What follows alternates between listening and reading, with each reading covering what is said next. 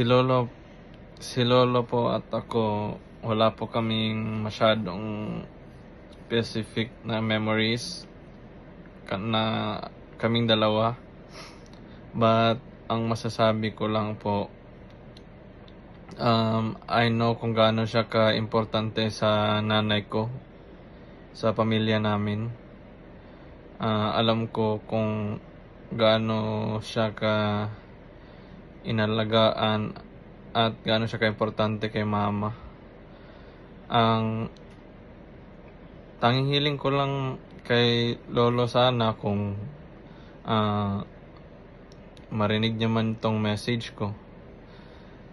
Sana po, Lo, na sa paglisan mo sa mundong ito mapayapa at sana po natapos mo yung mission mo dito sa mundong ito.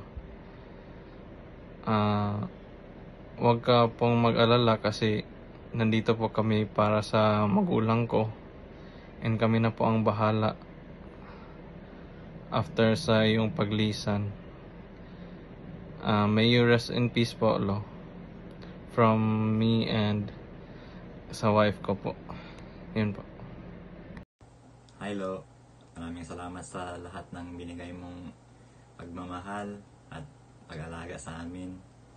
Hindi ako makapaniwala na ngayon lang tayo ulit magkausap. Pero mabuti na rin kasi magkita na kayo ulit ni Lola. Sigurado akong sobrang na-miss mo na siya. Gabayan mo kami palagi, Lo. Lalo na sa oras na mahirap. Pahinga ka na, Lo. Love you.